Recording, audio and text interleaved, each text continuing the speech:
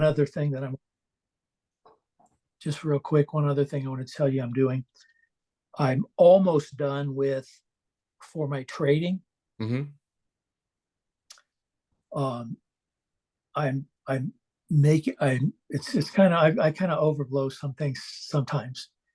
So I've got a picture frame and I'm making a giant checkoff sheet. So if and committing to like I've got to figure out what the rules around it are, but they're going to be very strict. And so when I'm going in, preparing for a trade, like in the night before, there's certain things that I do. I'm going to record that on my form. And then, the hour before, there's more stuff that, charting and stuff like that that I do. And so when I get done, I have one, two, three, four, five, six, I have 9 screens. I worked at some places and they just let me keep my screens. So I had all these screens and then I switched from PC to Mac. So I have 9 screens. Well, I just put charts on all of these. So between what I do in interpreting the charts before I start and what I can see, um, I can instantly, and I wanted to put myself because I'm a little slow. And I don't mean that, I just, navigating on there. So this makes it where that's not a factor. I just, because I have all the answers. I'm not, it's part of slow because I'm a little like spinning as to what to do. So probably tomorrow, Thursday at the latest, I'll be implementing I'll have my whole thing together and in my picture frame, and then use what do you call them, expo markers, and just boom, boom, boom, boom, boom. But by the time I'm ready to trade, it's only a few little checks that I have to do. But anyway, I'm really excited about it because um, my issues have been. I had a great week trading too. I followed this one up. I did. They call them pips. Are you familiar with that term? I'm not. I forgot what it means, but it's a tick up, Mm-hmm. and they have it. It's a generic number because everybody uses a different dollar amount. So the pip means just one tick up, and some person that might mean $10. Some people it may mean you know $10,000. So anyway, um, I knocked it out of the park that day, so it was a lot of fun. Just Excellent. the belief that I understand it now a lot more, and I know I can do it. Yeah. Yeah. That's exciting. That's very exciting. Let's let's keep that upward movement going. Yeah. So close your eyes, take a deep breath.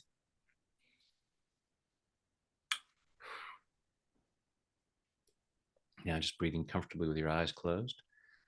Go ahead and feel your feet on the floor or whatever part of you is connected to something. Allow yourself to feel that connection. Allow yourself to feel centered and grounded. Allowing yourself to be right here, right now, as present as possible, so as to receive maximum benefit from this hour. Just following your breath through your body to allow yourself to be aware of what's going on in there. Noticing what you're feeling physically and what you're feeling emotionally. And just allowing yourself to be aware of those positive feelings about the good things that are happening, the things that you're pulling together, the things you're getting started, the things that are already happening. And just allow yourself to be aware of any part of you that might say, well, maybe we shouldn't keep this progress going. Maybe I can't keep this progress going. Notice where there might be any doubts, any fears, anything, any old memories that might come to mind as to why you couldn't or shouldn't continue to improve, continue to make progress, continue to allow things to get better and better. Just allow yourself to be aware without judgment, just getting curious about those things that come to mind or those things that you might be feeling in your body that might get in the way. Take a deep breath. Let it go. Open your eyes. and start tapping and let me know what's coming up. So I went to a scene with Mr. Little. That's the 10th grade science teacher.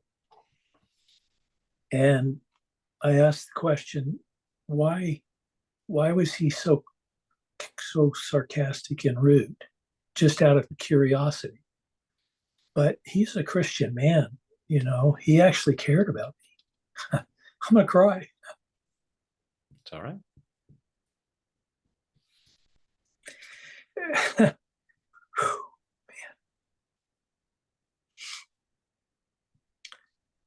um,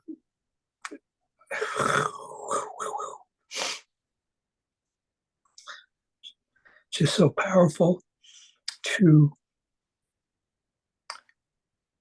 realize that for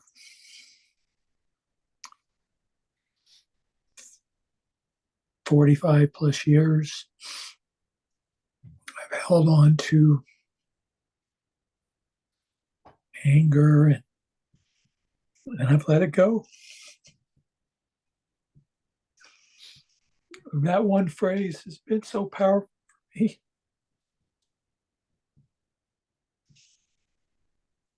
Just, I want to, I have a lot of goals and dreams, but my number one goal in life is just to exude God's love. And I'm doing that better. I'm proud of myself and excited that, you know, teaching people how to trade. And you kind of said this last week or the week before, I'm not sure, but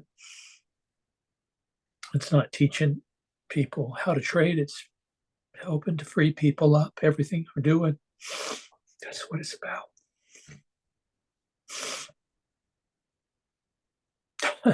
Close your eyes, take a deep breath. And just follow your breath through your body. Just allow yourself to be aware of what you're feeling there. And just feeling that pride in how you're in and where you're moving. And just thinking, I'm here to exude God's love. And I could do that even more if ... And just notice what you feel even before any words might come to mind.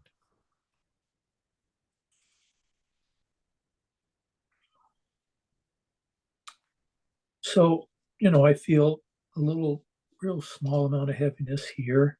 Mm-hmm. Thanks for taking that joy away, but it's nowhere. It'll come back tenfold. But just a little, just not my shame or guilt or anything like that. Just it almost has a sense of pregnancy about it. Just knowing that there's lots of stuff that I'm going to conquer. I haven't uncovered it yet. Or if I have, I just haven't unleashed whatever it is that's going to rein it in and bring me more freedom and make me an instrument of God's change in the world more effectively. Yeah. And let's jump in there with that real quick, Chuck. Let's just go around here. Even though there's some heaviness in my chest, I choose to love and accept myself. Even though there's some heaviness in my chest, I choose to love and honor myself. Even though I feel this heaviness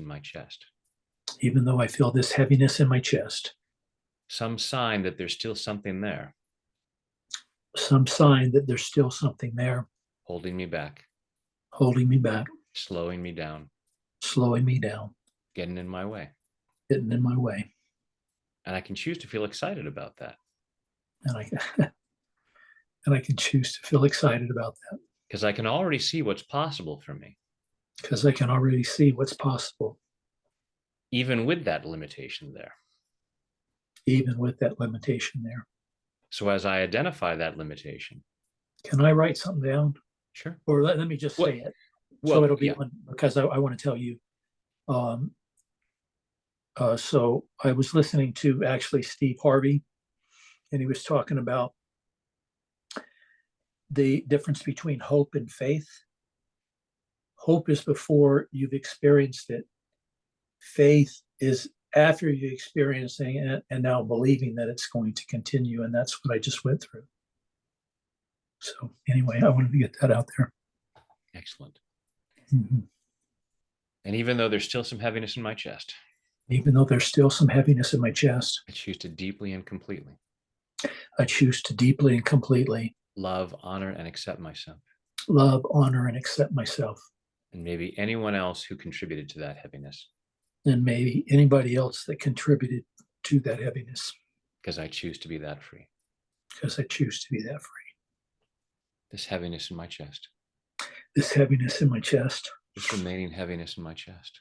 this remaining heaviness in my chest. And it's a little uncomfortable. It's a little uncomfortable. I feel like that joy was taken away.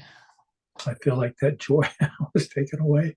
But at the same time, But at the same time, part of me can acknowledge part of me can acknowledge if I was already feeling that much joy and excitement if I was already feeling that much joy and excitement with that heaviness in my heart, with that heaviness in my heart, what's possible when I move through that?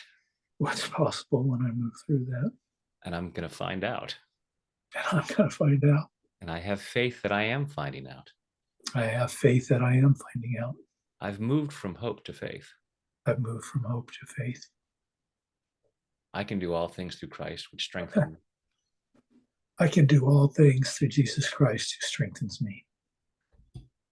And as I allow myself to process this heaviness in my heart, And as I allow myself to process this heaviness in my heart, I become an even more clear channel for God's love. I become an even more clear channel for God's love. Just like a prism, Just like a prism. the light comes through and comes out as a rainbow. The light comes through and comes out through a rainbow. And this heaviness that I was feeling in my heart And this heaviness that I was feeling in my heart is like a smudge on the prism. it's like a smudge on the prism. It doesn't stop it from working, It doesn't stop it from working, but it does provide a limitation.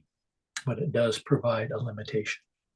And I love and appreciate those parts of me And I love and appreciate those parts of me that have held on to that heaviness, that if I hold on to that heaviness, believing that that's necessary. believing that that's necessary. And I acknowledge the freedom I have I can acknowledge the freedom that I have with that forgiveness of Mr. Little. with that forgiveness of Mr. Little.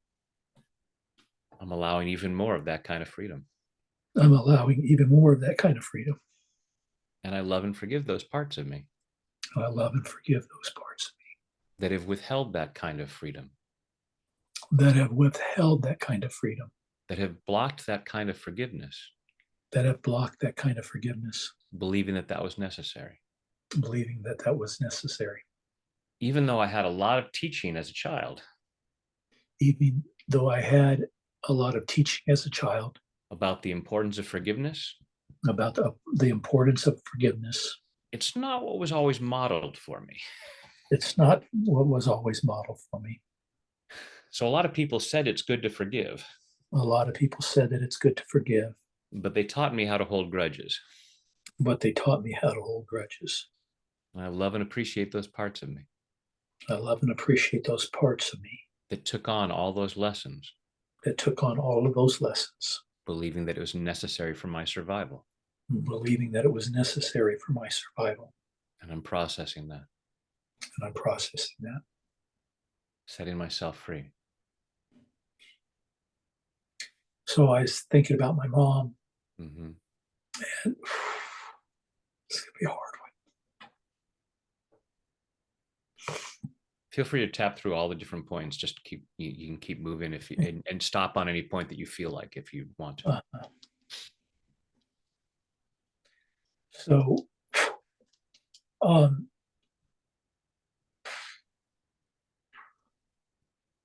I just want to get in touch with the part of her that held on to grudges for 70, 80 years. She just was, her faults was not letting go of people that hurt her. She hated my dad. Just would tell one story after another of all the people that she disdained and was holding a grudge against.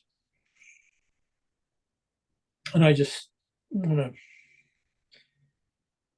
let go of any, you know, anger or bitterness or whatever, unforgiveness, and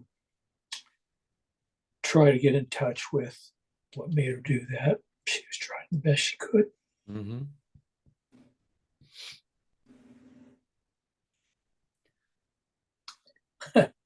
I didn't anticipate uh, the call going this way, but it's all good. Because everything you want's on the other side of all of that stuff. Close your eyes, take a deep breath.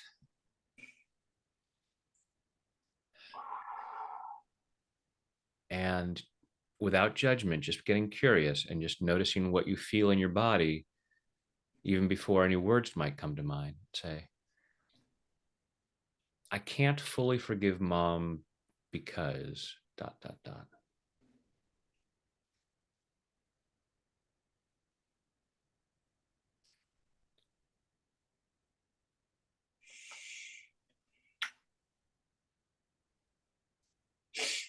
Or another way of looking at it is, if I totally forgave mom ...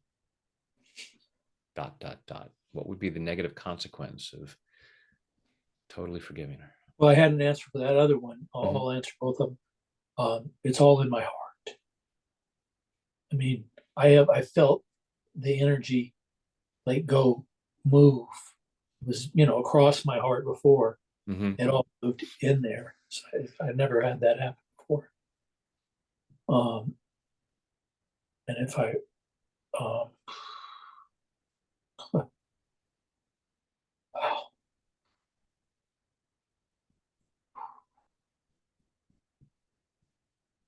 So, goodness, I didn't know you were a psychologist. You should have told me that. So,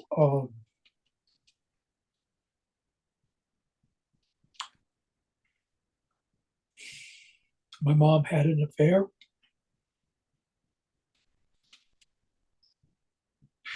I didn't find out till I was around 20.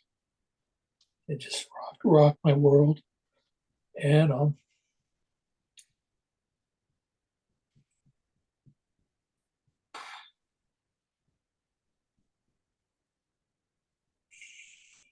went through the process of forgiving her, but there may be some residual unforgiveness there. If there's not, the after effects on me, I don't trust women. And I've always known that since I was 20 something. After I found out, well, but I think it was before then, just some of the stuff we talked about before. So anyway, I'm just ready to, I'm an overly emotional person. And I think that there's a side of that that's wonderful. And there's a side of that holds me back. So anyway, that's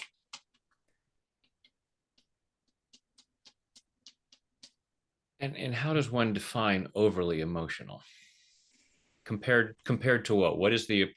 We have these ideas of, we label ourselves as things like this, and it's like, what is the normal level of so it's, we can look at, well, emotions might get in my way in this kind of situation, and we can say, okay, it's not always working for me, but when you say I'm overly emotional, then you're placing a negative, you put it in sort of a negative context, Yeah. Well, and yeah. just giving I yourself mean, permission to let that go and go, okay, I'm awesome, and sometimes I well, allow myself to get I sidetracked. yes, you're right. I could have described it differently. And um, I'll give you a couple examples, both of them around the divorce. My first date in college, did I put that in that list? I don't remember whether I did or not. Well, anyway, um, I went to my first date in college. I went to a movie with, um, her name was Debbie, and we went to see Kramer versus Kramer. Are you familiar with that Oh at yeah. all? Oh yeah. Okay. So my parents divorced at 8. That kid was 8 years old. And I thought I had dealt with all of this, at 20 years old. I had conquered the world by then. But I I I lost it uncontrolled. I was sobbing uncontrollably. I had to leave the theater, Mm. leave her by herself. And then I took another gal. She's really my good friend, not a date, but we did a lot of stuff together. Um, to see Camelot. Are you familiar with Camelot? My the mom was the film or the play? the play. My mom was Guinevere in the play. Oh my goodness. I mean, she's quite accomplished, performer, and I just lost. It was it's not only it was her, just all the. I mean, it was. I Her just having lost. the affair with Lancelot. Right. Yes. Mm. And then I couldn't tell my friend, and she really was. I had two guy best friends, and she was my girl best friend, and I couldn't tell her about it because I wasn't going to violate my mom's confidence, and she loved my mom to death. I Yeah. would not have done that. But anyway, um, so and I don't see too many people that lose it in public like that, and so I don't. I think that one of my get all of these things we talk about have two sides to the coin.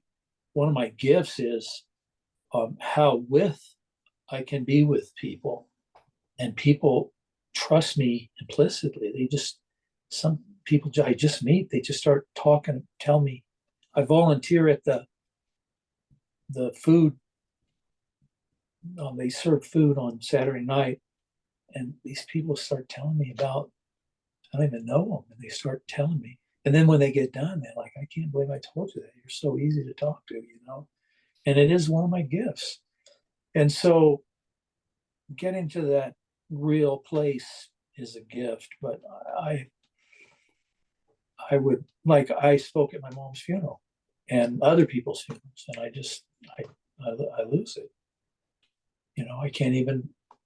I spoke at one girl's funeral. It's a friend of mine, and I just can hardly even talk. It just so that's um, you know that's where I'm at. I didn't really explain that, so that helps you understand that I I don't have a problem with the emotion, but where it makes me lose total control, I would like to be able to ramp it back a little bit where that doesn't happen. I've tried to tap on it and all sorts of stuff, and I feel disappointed many times, like at my mom's funeral and other funerals. I think I have some powerful. In my mom's funeral, I thought what I said was just so powerful, but I thought it was compromised. Everybody said that it wasn't, but you know, I mean, in a way, it wasn't. I mean, but I still want to have control of it. So anyway, that's it. Close your eyes, take a deep breath. and see yourself speaking at your mom's funeral and say, I should have done it better. You're going to make me shit on myself. I should have done it better. Scale of 0 to 10, how true does that feel?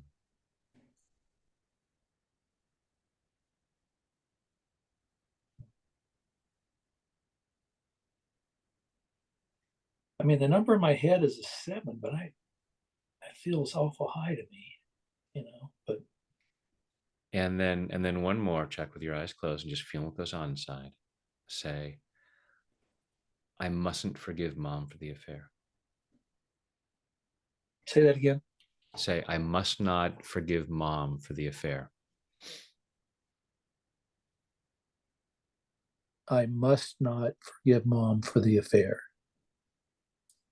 I'm not catching the intent behind this.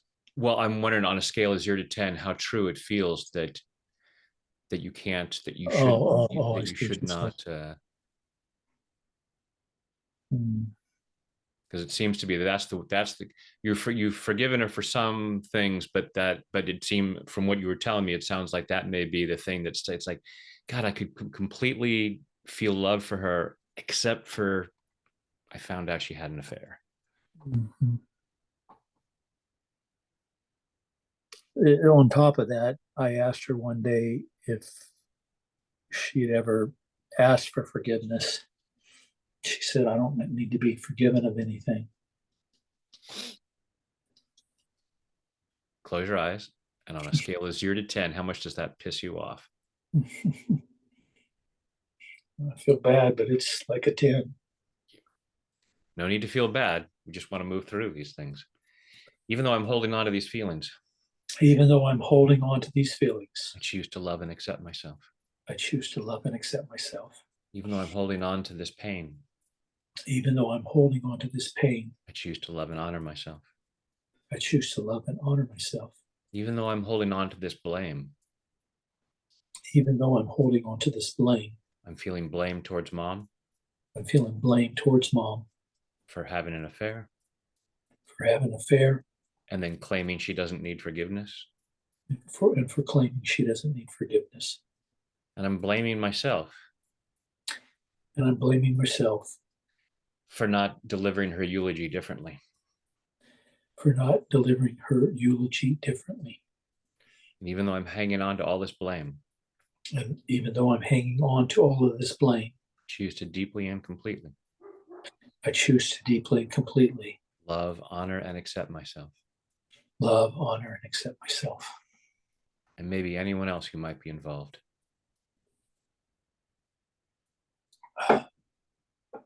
See, I remember my water. I mean, that's metaphorical. It really is. I'm remembering stuff. Yeah. I choose to love, honor, and accept myself. Is that what you Yeah. said? Okay.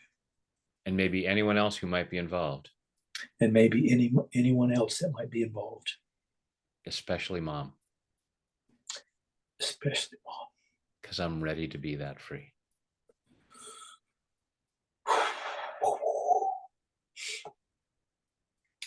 Because I'm ready to be that free. I'm Good.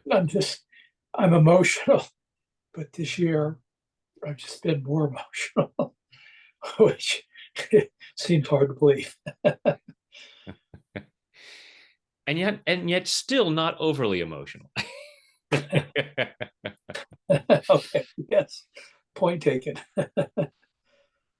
All this blame that I'm hanging on to, All this blame that I'm hanging on to, all this need to blame myself all this need to blame myself for not being perfect at mom's funeral.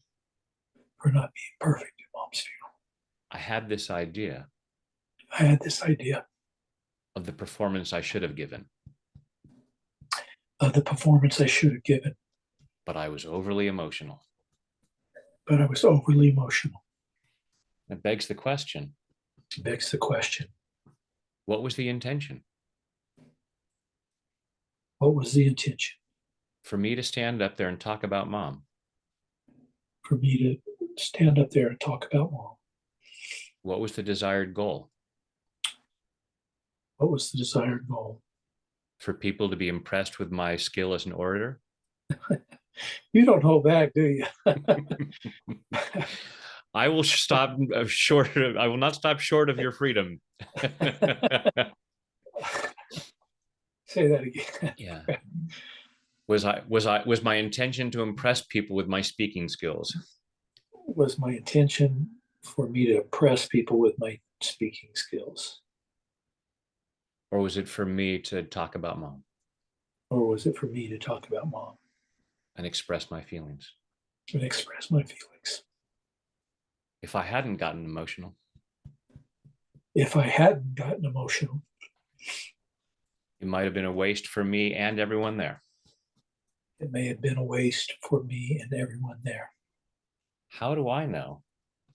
How do I know? I didn't do it perfectly. I didn't do it perfectly. And since there's no real criteria,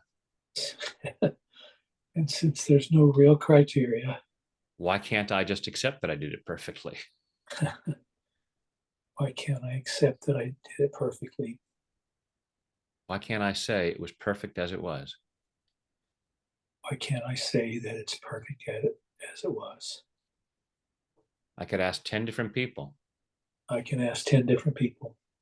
what makes for a perfect eulogy? Susan, you know, Susan, she's Sullivan. She's the one that made mention of my feet. She came up and asked me to do her eulogy.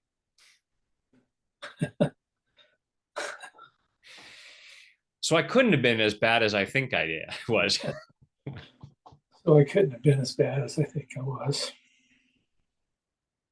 Which begs the question, Which begs the question, why do I need to feel bad about what I did? why do I need to feel bad about what I did? And maybe I won't allow myself Maybe I won't allow myself to acknowledge myself to acknowledge myself because of the blame I'm holding on to for mom. because of the blame I'm holding on to about mom. I choose to process that. I choose to process that. There are things I can appreciate about mom. There's things I can appreciate about mom. She was the channel for me to come into this world. She was the channel that for me to come into this world. Just like Mary bringing through Jesus, Just like Mary bringing in Jesus. mom agreed to bring me in. Mom agreed to bring me in. And I choose to be grateful for that. I choose to be grateful for that. She was not perfect, She was not perfect, just like everybody else. and she tried her best. She did the best she could She did the best she could with her programming with her programming and her circumstances. and her circumstances. I'm not really getting this because I'm judging myself about crying right now.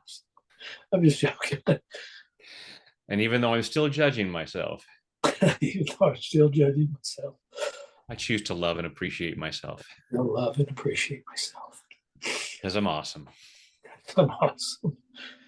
And I'm clearing my doubts about that. And I'm clearing my doubts about that. Processing all the stuff that's coming up Processing all the stuff that's coming up because I'm releasing what doesn't feel like love because I'm releasing what doesn't feel like love because I'm a channel of God's love. because I'm a channel of God's love. And I choose to be as clear a channel as possible. And I choose to be as clear a channel as possible. And I'm okay with whatever comes up And I'm okay with whatever comes up because it allows me to be even more free. because it allows me to be even more free. Processing all the stuff that's coming up. Processing all the stuff that's coming up.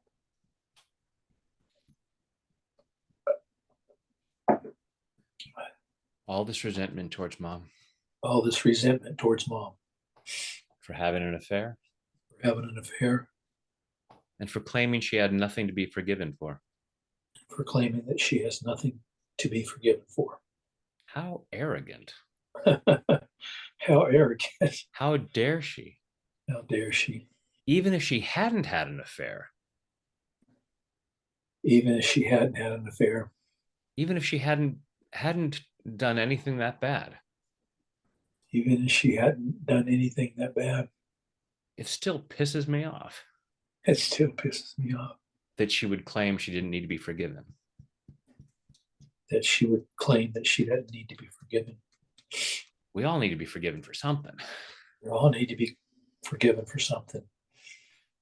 Although I could also argue, Although I could also argue, maybe none of us need to be forgiven maybe none of us need to be forgiven because Christ already paid that debt. because Christ already paid that debt. Either way, Either way, I don't need to hold it in my heart. our scripture yesterday was the speck in the eye and the log in the eye. I'm clearing the moat from my own eye. Clearing the boat from it.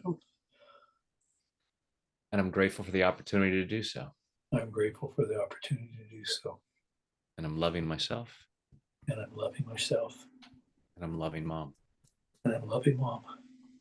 Because I certainly don't want to say to God, I certainly don't want to say to God, hey, I'm totally on board I'm totally on board with being a channel of your love, with being a channel of your love, but I have to limit my ability to do so but I have to limit my ability to do so because of something that my mom did decades ago. because of something my mom did decades ago. And God might say to me, And God might say to me, really? really, That doesn't serve me. that doesn't serve me.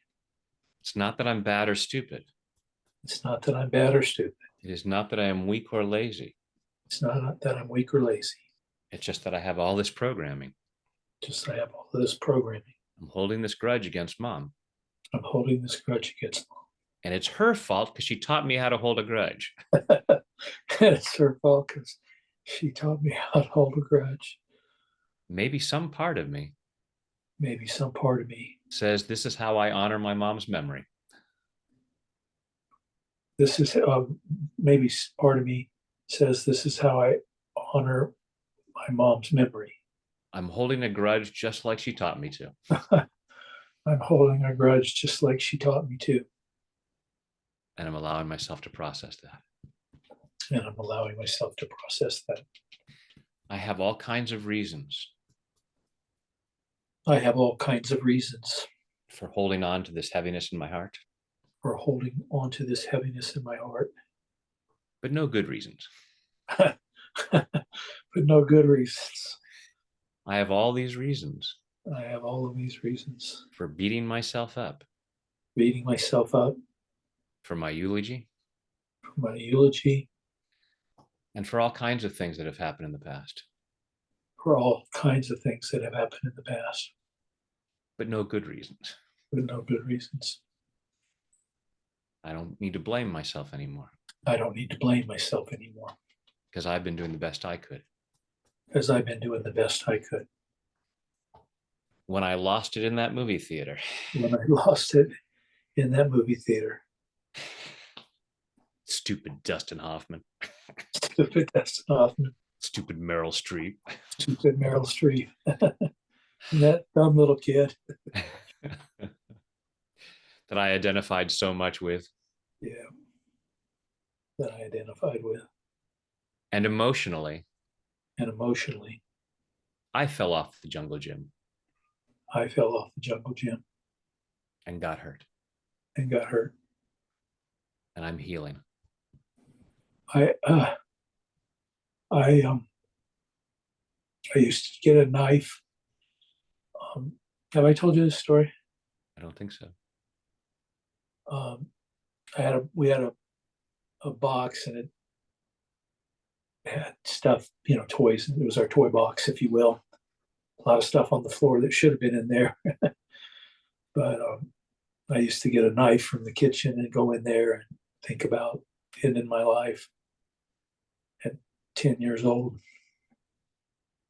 I just wonder how a 10-year-old kid could possibly, uh, you know, how, I mean, how did that ideation manifest? I don't have not, had those thoughts, like, even, I don't know.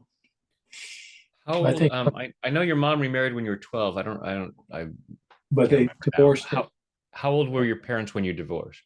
at When they eight, divorced? at eight. 8. Okay. So it was after the divorce that you were thinking this. Okay. Yeah.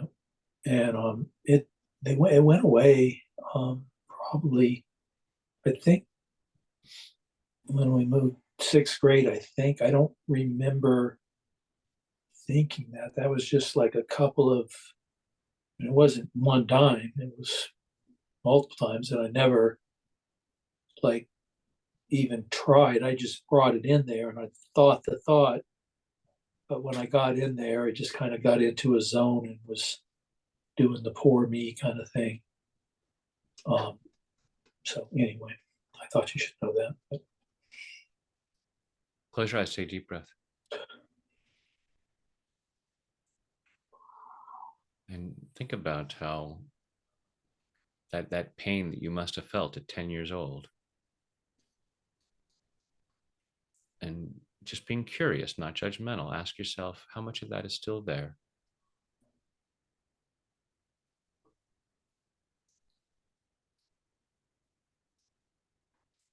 And what, yeah, just allow yourself to be aware of how much pain, of that pain might still be there.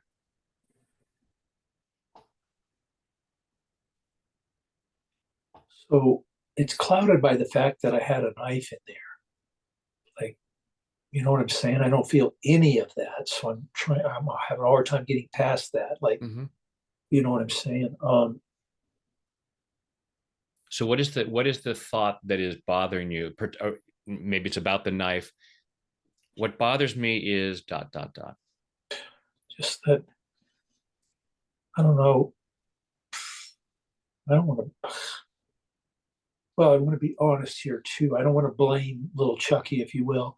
Yeah, no, no, no, Um, no blame. but um,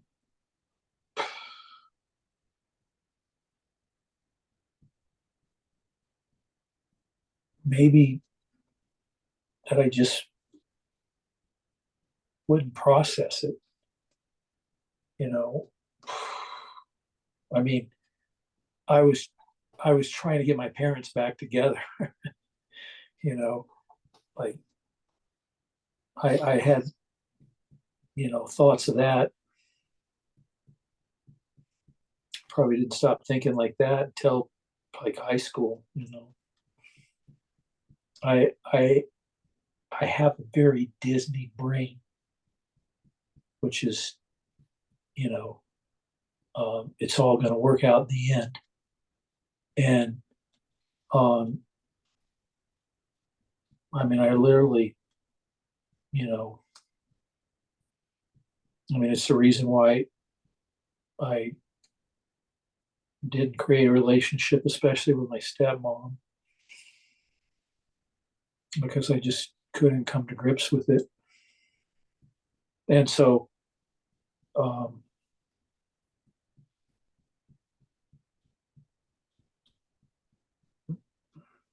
and that theme, you know, reverberated into, then I get in a lousy relationship and then I get divorced. I mean, I used to read books. I'm like 15 years old, and Reader's Digest had a four, it was this fat. They sold a book. It was about love, like in relationships. I read that whole book and I was a terrible reader. I was reading Dr. Seuss books in fifth grade. I was not a good reader and didn't read, my dad gave me a book of 100 English and 100 United States books that we were supposed to have read. And I think I had two of them out of 200. I just didn't read, but I read a book that fat. because I had a, oh man, overarching desire. I love love. I just, I, even to this day, I watch a movie and I'm like, my heart aches to be able to love at that intensity. Which movie? I was saying if I watch a Oh, movie oh, oh. that is displaying that, Got it. Got it. Got it. Yeah. it it like I feel the vibration in my whole being. Um, I you know um, I just look at it and I don't know I don't know if it's I just lust after, not lust in a bad way, No, no, no. but lust. But I stay out of relationships, particularly with a woman, because I don't want to be in a relationship like I just got out of. It was miserable and I stayed for 34 years. I don't remember now. When did you and Deb split up? It's been like 3 or 4 years, but we were separated for, so that would have been 34 years at that point in time. And that's, but we, um, we were separated for quite a long time, like 6 or 7 years, maybe. Close your eyes, take a deep breath, and say, I failed at love. I, I failed at love. The scale is 0 to 10. How strong does that feel? It's a solid 10. Where are you feeling that, Chuck? Just, it's interesting that I wanted something so bad in my life and was so seemingly committed to it. And I don't want to say this word, but it's what's in my head, and it's just got to be the truth. Is I feel like I just failed.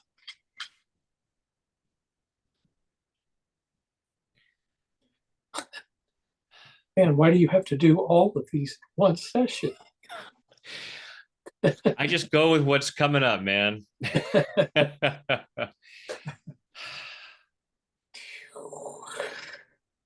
Even though I feel like I failed at love, Even though I feel like I failed at love, I choose to love and accept myself. I choose to love and accept myself. Even though I feel like I failed at love, Even though I feel that I failed at love, I choose to love and honor myself. I choose to love and honor myself. Even though I feel like I failed at love, Even though I feel that I failed at love, and I studied so hard. I studied so hard. I read that giant book, I read that giant book, which just goes to prove which is supposed to prove I'm not the terrible reader that I think I am. that I'm not the terrible reader that I think I am. It just depends on what I'm compelled to read. It just depends on what I'm compelled to read. But I was so fascinated by love, But I was so fascinated by love, and I believe I still failed. and I believe I still failed. And even though I feel like I failed at love, And even though I think I failed regarding love, I choose to deeply and completely I choose to deeply and completely love, honor, and accept myself love, honor, and accept myself and Deb and and my parents my parents and their various second spouses and their other spouses and anyone else who might be involved in this, and anyone else that might be involved in this. because I choose to be that free. I choose to be that free. This belief that I failed at love. This belief that I failed at love. This belief that I failed at love. This belief that I failed at love. All this belief that I failed at love. All this belief that I failed at love. All this evidence that I failed at love. All of this evidence that I failed at love. Because my marriage failed. Because my marriage failed. That's just a fact. That's just a fact. At least that's what I'm telling myself. At least that's what I'm telling myself. We produced some kids. We produced some kids. We had some positive experiences. We had some positive experiences. So to say that it was a failure To say that it was failure isn't quite the whole story. isn't the whole story. It could even be argued It could even be argued that it was only meant to be temporary, that it was only meant to be temporary, and it was absolutely successful and that it was absolutely successful in what it was intended for. in what it was intended for. Maybe the only thing that might have been wrong Maybe the only thing that might have been wrong is that we tried to hold on to it when it was over, that we tried to hold on to it when it was over, believing that a divorce was failure. believing that a divorce was failure. There was a time in history There's a time in history when people didn't even get married. when people didn't even get married. It wasn't part of God's original creation. It wasn't a part of God's original creation. So there were plenty of people So there were plenty of people experiencing love experiencing love that had nothing to do with marriage. that had nothing to do with marriage. What happened with my marriage What happened with my marriage doesn't mean I failed at love. doesn't mean that I failed at love. It just meant that marriage wasn't meant to continue. It just meant that that marriage wasn't meant to continue. There have been other things that I've had in my lifetime: There's been other things that I've had in my lifetime: clothing, clothing, cars, cars, that no longer served their purpose. that no longer serve their purpose. And I didn't feel like I failed when I let those go. And I didn't feel like I failed when I let those go.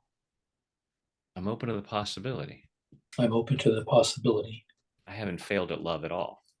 I haven't failed at love at all. I was just confused about what should have happened. I was just confused as to what should have happened. For all I know, For all I know, the only reason we got married the only reason we got married was to have those kids. was to have those kids. We were meant to bring them into this world. We were meant to bring them into this world. That marriage That marriage may have been there just for Lucas and Brooke may have just been there for Lucas and Brooke and Braden. and Brady. And I'm moving forward now. Braden's my grandson. Oh, okay. I was like, you only have 2 kids listed. He wouldn't have been here. Yeah, exactly. Exactly. So I can look at these people. So I can look at these people. And how dare I say that marriage was a failure? How dare I say that that marriage was a failure? That's what my ex-wife said.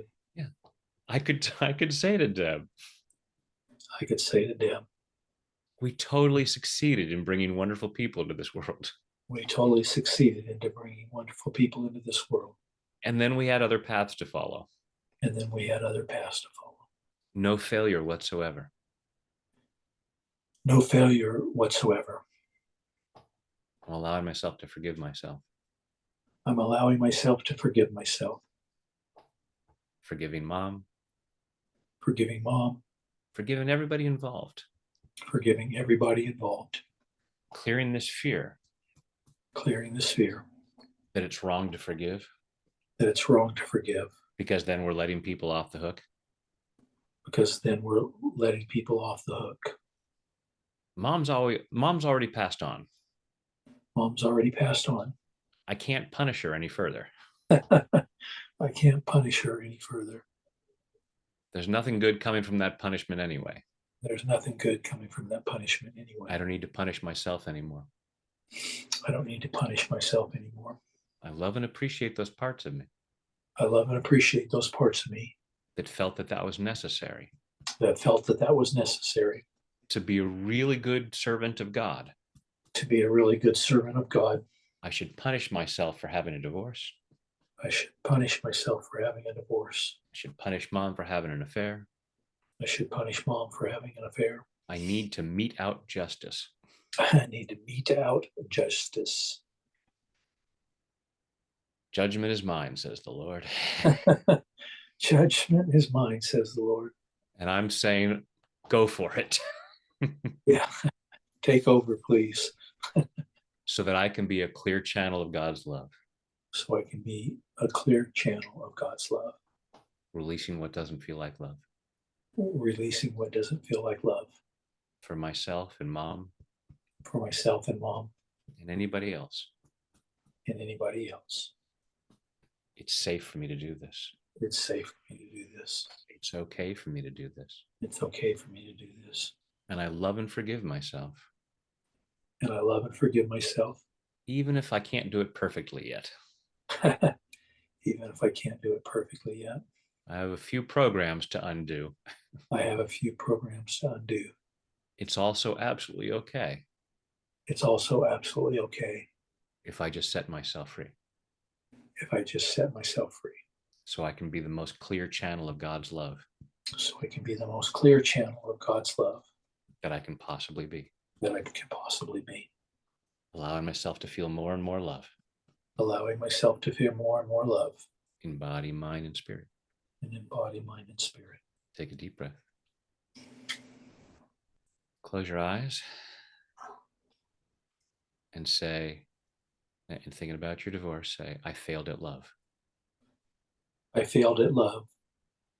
And if that was a solid 10 before, does it feel any different? Oh yeah, yeah. Um, I heard two in my mind. I am. I'll go with it. Yeah, keep clearing those layers. It's like, by what criteria? It's like we have these things of, well, divorce is wrong and bad and you should never. It's like, it may not be ideal because it's complicated and expensive and there can be a lot of hurt feelings, but that's because we overcomplicate it. It's like, hey, you know what? We had a path for a while together, and then at a certain point, it's like, this is not what's best for the both of us, and there's no failure. I have a little bit different context because from a religious standpoint, I think that um, you know that we shouldn't divorce, and but I'm gonna forgive myself and Deb and realize that um, we were two vastly imperfect people that didn't know how to love each other. And you know, I'm gonna release, you know, you know, I say everything, Yeah. but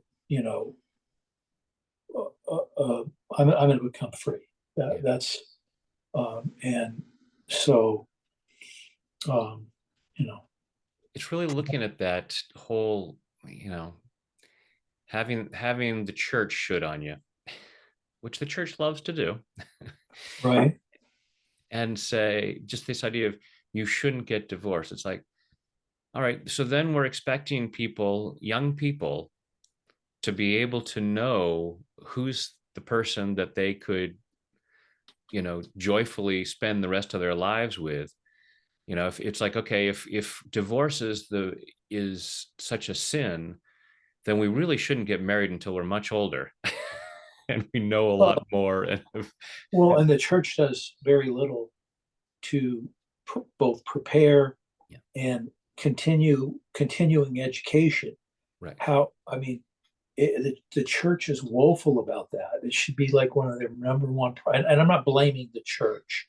The church is But doing the best it can as that's it's whichever church, yeah, whatever church it is. And some based on, churches do, yeah, because the church is made up of imperfect human beings imperfect people. Yes. trying to do the best.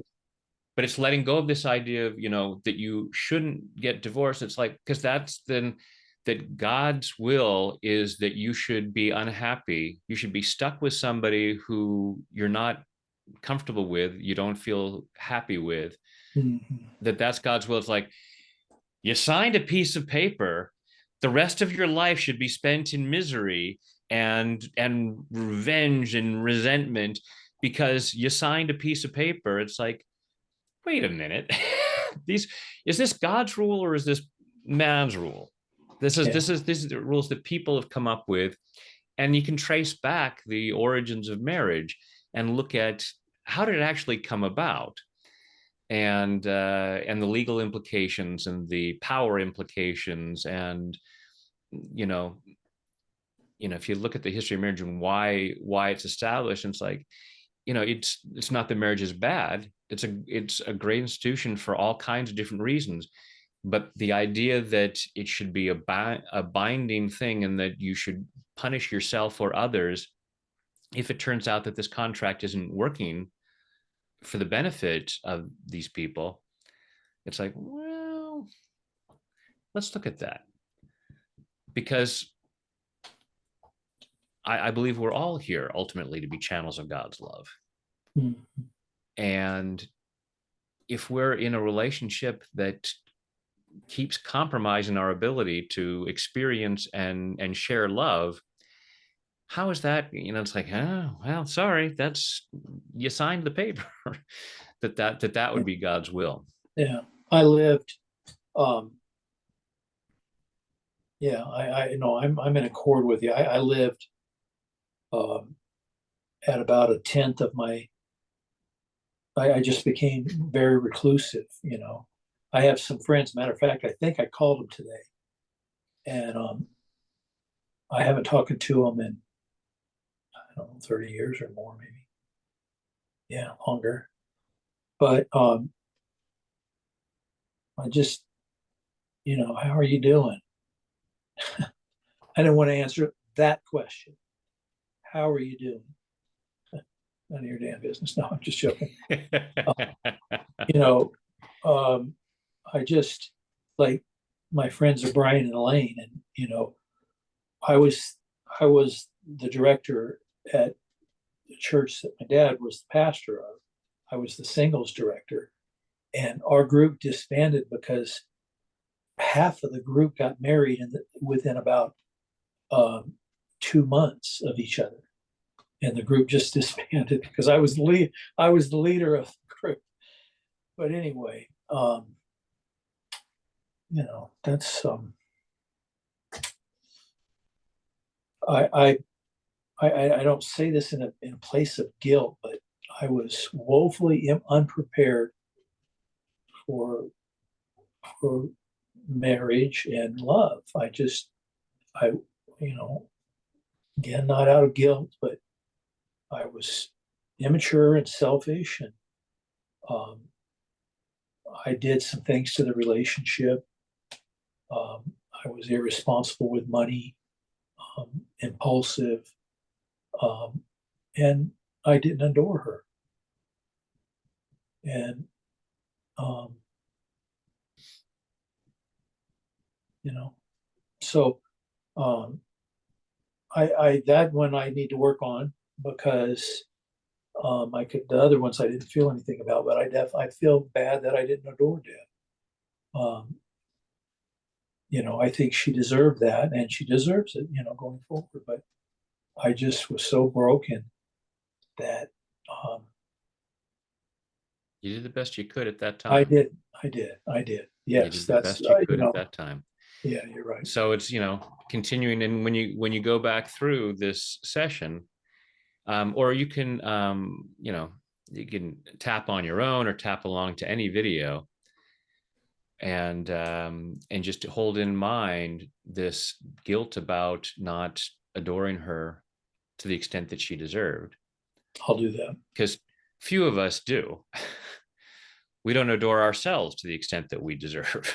Well, that's an interesting comment. Yes, indeed. um, you know, we're magnificent children of God, worthy and deserving of that kind of love and respect. Mhm. So you weren't adoring yourself, you weren't loving and respecting yourself. How could you give away what you didn't have? Yeah, yeah.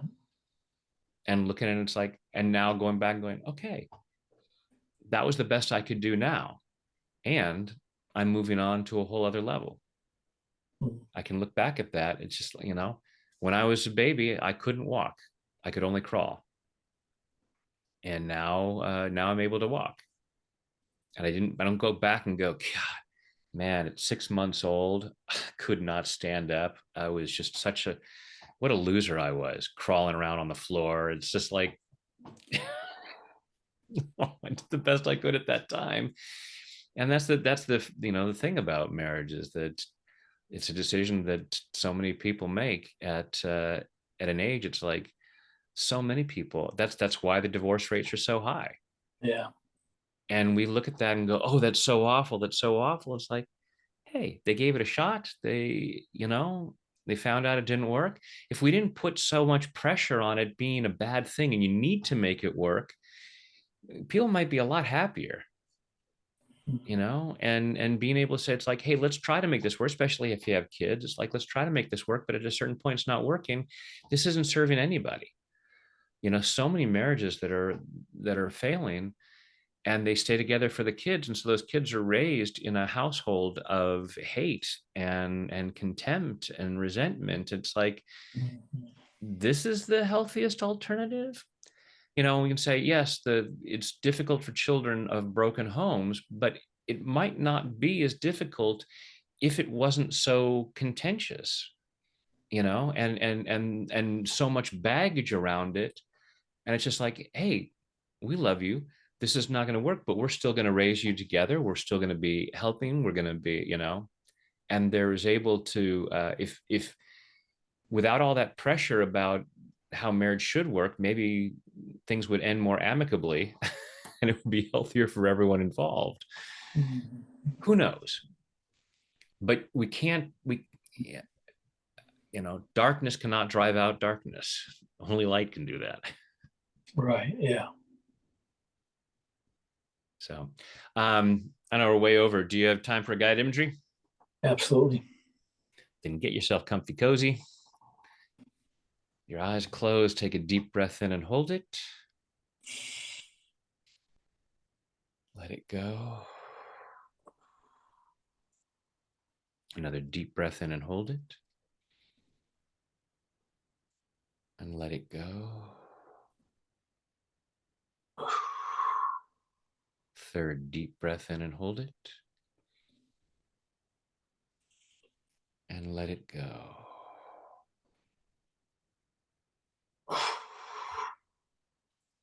Now just breathing comfortably with your eyes closed. Breathing comfortably, and just imagine that with each breath you take in, you breathe in relaxation and positive energy. Go ahead and imagine a healing light of whatever color you like surrounding your body, so that with each breath you take in, your lungs comfortably draw in that healing light.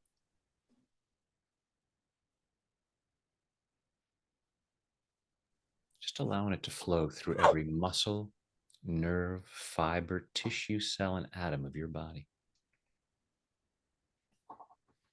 Imagine a healing shower flowing down crystal clear water that's a perfect temperature as it flows over the top of your head, soothing and relaxing your scalp, washing away fear, doubt, anxiety, washing away anger, sadness, guilt, shame, washing away pain, frustration, disappointment, embarrassment, washing these away to reveal the light that you truly are, this unique expression of God's divine light and love, allowing more and more of that light to be revealed as that healing shower flows over your forehead, relaxing the muscles in your face, flowing down over the back of your head, your neck, your shoulders, washing away tension, leaving your shoulders calm, comfortable, and relaxed. Healing shower flowing down your arms, all the way down over your fingertips, down over your chest and your stomach, soothing and relaxing, healing and cleansing, and allowing yourself to remain comfortably in whatever position you choose. Allow that healing shower to flow down over your upper and lower back. And as your torso relaxes, your internal organs comfortably do whatever they need to do to achieve and maintain your optimal level of health and well-being in body, mind, and spirit.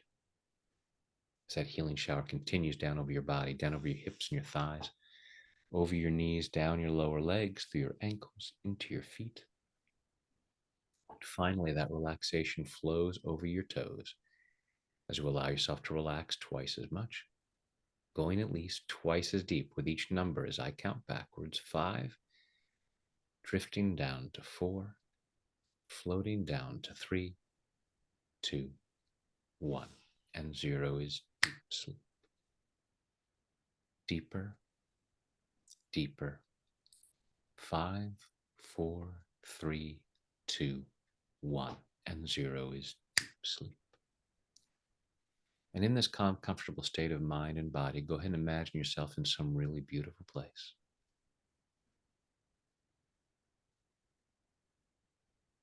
Some place where you allow yourself to be present to the beauty, the magnificence, the abundance of God's creation.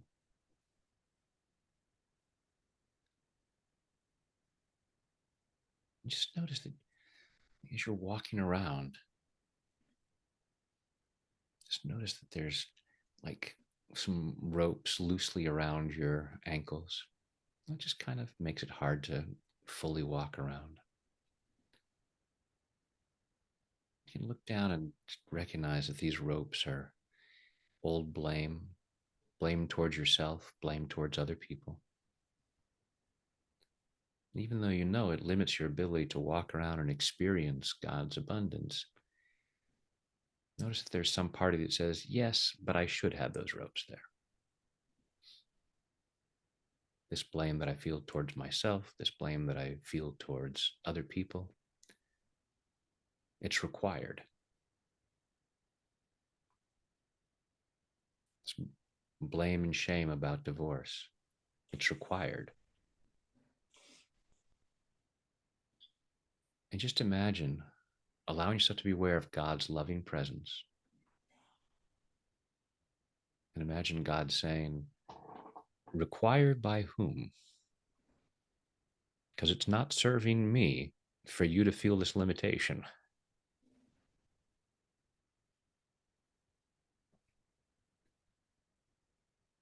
So looking at those ropes that are limitations, and that idea that you should feel that, but feeling God letting you know, it's not serving me, so why should you? Just allow yourself to feel God's love flowing through every muscle, nerve, fiber, tissue, cell, and atom of your body. And let those ropes just melt away. They slip away, they evaporate, however you choose to let them go. 5, 4, 3, 2, 1, and 0 is deep sleep. And allow yourself to feel this freedom to just stretch your legs and to take big strides, to walk around, maybe even running around in God's playground. Feeling this freedom to feel God's love and to share God's love.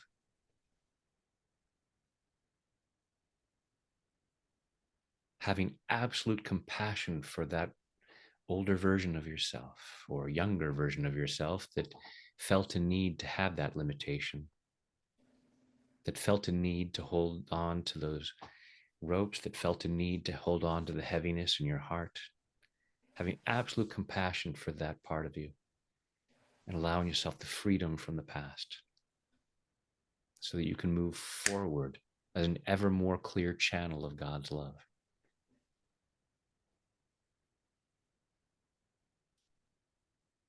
Just allow yourself to be aware of any old heaviness or pain from the past and asking yourself, if it's not serving me in sharing God's love, do I need to hang on to this anymore? Allowing yourself to be more and more free, feeling even better and better about that as we go even deeper now. 5, 4, 3, 2, 1, and 0 is deep sleep. In a moment, I'll count you back out from 0 up to 5. 5 will be wide awake, alert, focused, and energetic, feeling much better than before. Feeling much greater freedom to be this channel of God's love. Feeling much more love towards yourself, towards towards your family, towards the world, really enjoying that love flowing through you, and allowing yourself to be much more open to all the rewards that can come from that, including financial. Just allowing more and more of God's blessings, internally and externally, which allows you to share them with others even more, to be a role model for others. Tonight, when you choose to go to sleep, don't be surprised when you fall asleep quickly, soundly, deeply, and sleep very well through the night. During the night, you'll dream. The more you dream, the stronger you become. I'm going to ask your unconscious mind to allow at least one of your dreams to be a very healing dream, continuing this healing process in body, mind, and spirit, so that in the morning, at the time you've chosen to wake up, you wake up easily, feeling refreshed, energetic, and ready to start the day again, powerfully moving forward into an ever more joyful experience of an ever greater abundance of health, wealth, happiness, and love, which are your birthright and which benefit others. Now go back down to zero, which is always deep sleep, allowing your mind, body, and spirit to digest all of these positive thoughts and images, taking them in at a very deep level so that these positive changes occur easily, effortlessly, and naturally. Coming up to 1, feeling physically relaxed. 2, feeling emotionally calm and confident. 3, health and well-being, enthusiasm, love, joy, and gratitude flowing through every muscle, nerve, fiber, tissue, cell, and atom of your body. 4, becoming more and more alert and aware of your surroundings. And 5 is eyes open, wide awake. 1, 2, 3, 4, 5, eyes open, wide awake. 1, 2, 3, 4, 5, eyes open, wide awake. And welcome back. 1, 2, 3, 4, 5, eyes open, wide awake.